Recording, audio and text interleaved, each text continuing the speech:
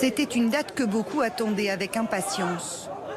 Il est 10 h ce samedi, la marche n'est censée commencer que dans 4 heures, mais déjà plusieurs centaines de manifestants sont réunis place d'Italie. L'ambiance semble bon enfant, mais c'est un calme précaire. Certains ont en tête un agenda clairement établi. Ils étaient assez organisés. Ils ont commencé par mettre en place des barricades. C'est ce qui a commencé très tôt, aux alentours de 10h15, 10h30, des barricades avec beaucoup d'engins de chantier qu'il y avait sur la place d'Italie. Il y avait des barrières en aluminium pour les chantiers autour de cela. Ils ont aussi trouvé un véhicule de la propreté de Paris où dedans il y avait des objets en bois qu'ils ont sortis. On les a vus, ça a duré quelques minutes seulement. Et ils les ont mis au sol, au milieu de cette place d'Italie. Ils ont allumé un feu. Très vite, on a compris qu'il allait y avoir de la casse place d'Italie. Lorsqu'ils arrivent dans le 13e arrondissement de Paris, les braves motorisés, ces policiers membres des brigades de répression de l'action violente, sont hués.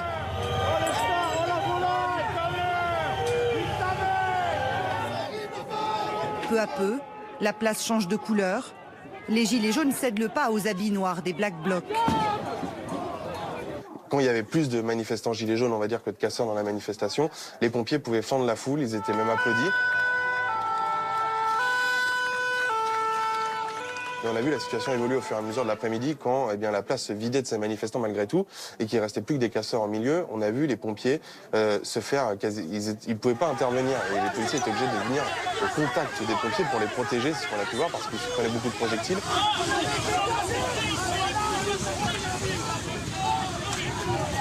Ils sont 500 casseurs présents ce samedi sur la place d'Italie. Dès leur arrivée, ils ont cassé toutes les caméras de vidéosurveillance. Méthodiquement, ils renversent les véhicules garés sur la chaussée, brûlent les poubelles et s'acharnent sur les abribus. Une situation qui ulcère le maire de l'arrondissement. Je me suis rendu sur le rassemblement des Gilets jaunes place d'Italie et boulevard Vincent Auriol. Franchement, s'en prendre au mobilier urbain, quelle triste façon de revendiquer. À la mi-journée, certains casseurs s'en prennent à une agence bancaire au départ de l'avenue d'Italie. Plusieurs individus arrachent des poteaux de signalisation et les utilisent comme béliers.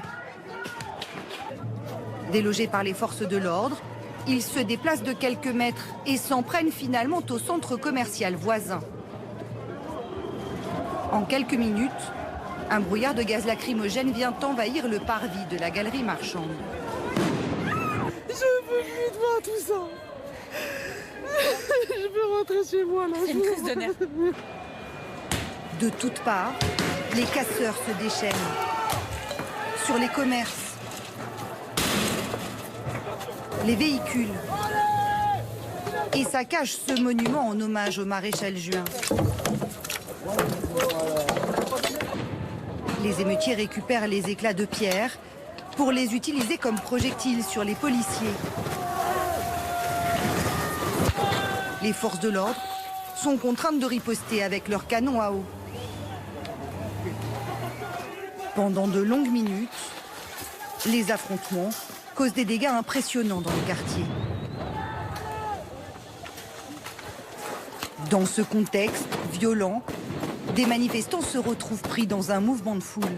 Certains manifestants gilets jaunes classiques qui n'avaient rien à voir avec ces casseurs voulaient sortir. Les policiers les ont repoussés de façon très violente. Et après, ils ont eu l'ordre, je pense aux alentours de 15h30, 16h, de les laisser sortir. Et donc, il y avait des barrages filtrants où les gendarmes mobiles, généralement, c'est ce qu'on a pu voir à plusieurs endroits de la place, ouvraient les manteaux, regardaient les sacs et les laissaient partir et leur demandaient de quitter la place assez vite. Au cours de cette journée de mobilisation, place d'Italie, plusieurs personnes ont été blessées.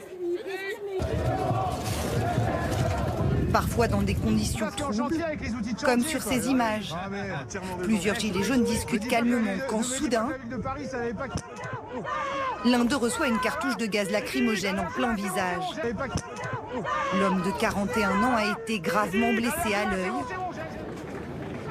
Une enquête confiée à la police des polices a été ouverte pour violence par personne dépositaire de l'autorité publique.